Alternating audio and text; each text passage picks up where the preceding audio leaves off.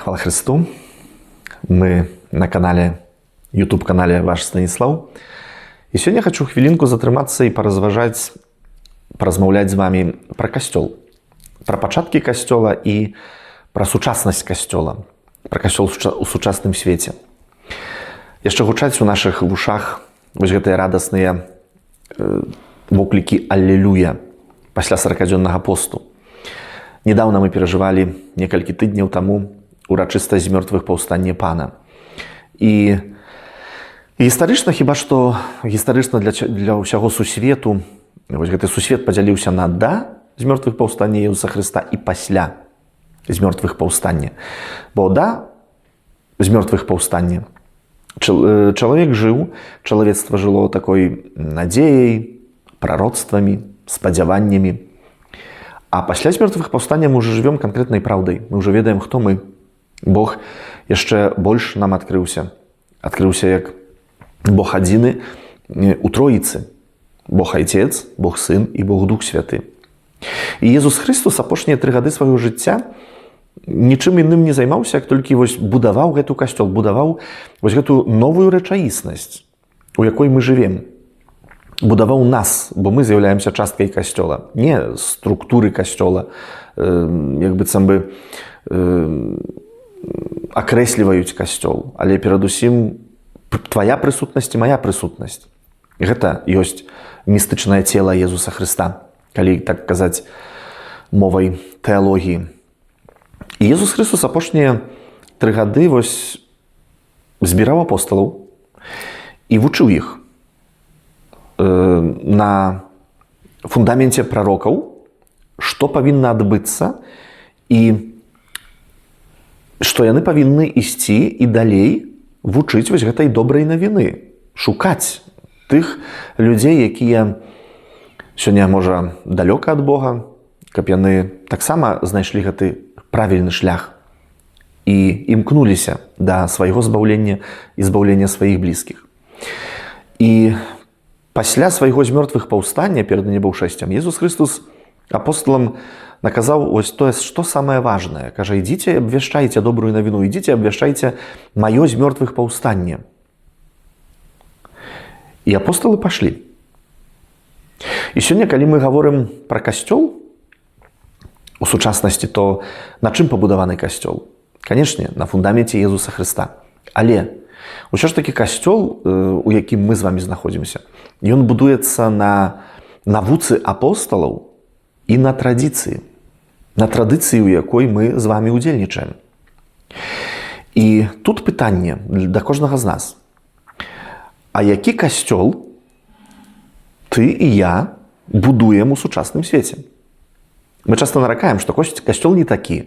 Ён павінен быць такі. Такі павінен быць. Так павінен рабіць. Тое рабіць. Нават грахі знаходзім у касцёле. І гэта ўсё можа быць праўда. Гэта ўсё можа быць рэчаіснасць. Але які касцёл мы будуем? Тут пытанне. На чыёй навуцы мы будуем касцёл? Паглядзіце, мы павінны будаваць на навуцы апосталаў.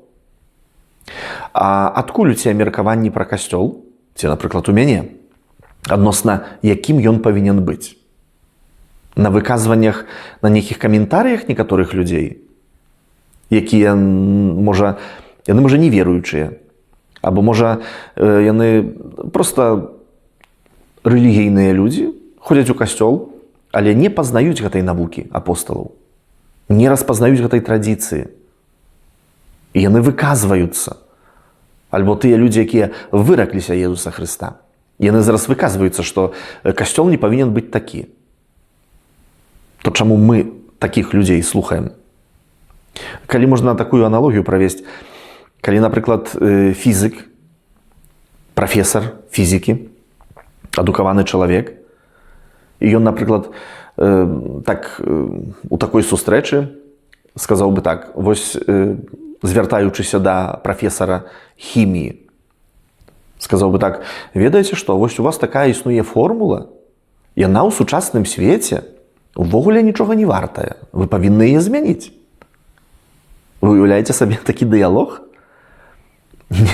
Ні адзін прафесар нейкай дысцыпліны навуковай не будзе звяртаць увагу пра некую формулу, ці нейкае выказванне адносна другой дысцыпліны. Чаму? Таму што ён некампетэнтны ў гэтым. Ён найвыжэй можа запытаць, а што вы мелі на ўвазе, бо вельмі цікавае выказванне, што вы мелі на ўвазе?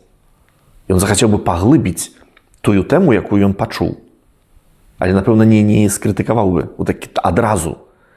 А мы часамі, калі кажам пра развіццё ў сучасным свеце касцёла, мы нашыя веды бяром вось менавіта такіх людзей, скажам так, якія, можа, далёкія ад касцёла, якія, можа, толькі чулі пра касцёл, альбо ўвогуле варожа настаўленыя да касцёла.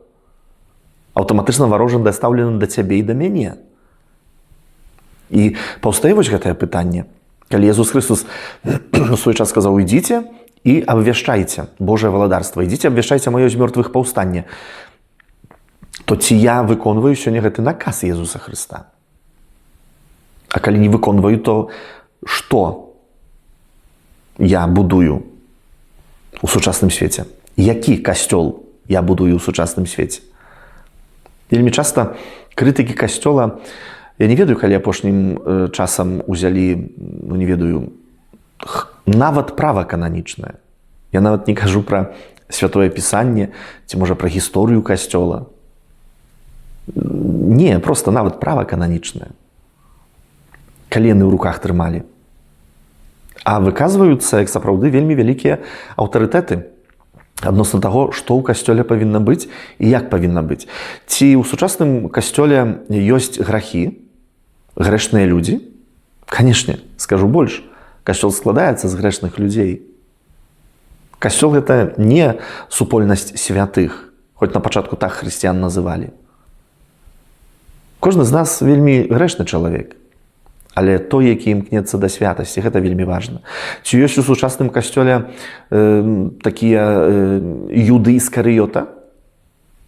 Ёсць. Напэўна, ёсць. І, напэўна, ведаеце не аднога такога. Але ці гэта такі касцёл?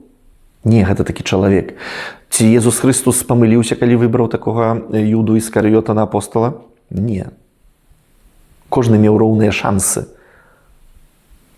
служыць Пану Богу, быць верным навуцы Езуса Хрыста. Але вось ужо як гэты чалавек у сваёй свабодзе, у праве выбара, што з гэтым зрабіў, гэта ўжо яго асабістае. Таму, паважаны брат і сястра, вось такія думкі неяк сёння ходзяць па маёй галаве, з якімі я хачу з вамі падзяліцца і дзялюся. Падумайце, падумай, і я падумаю, які касцёл мы сёння будуем, бо крытыкуючы, канешне, у крытыцы таксама ёсць нейкае канструктыўнае рашэнне моманту. Але перадусім варта падумаць, які касцёл я будую, што абвяшчаю у гэтым касцёле. Усяго табе добрага. З Богам. Хвала Хрысту.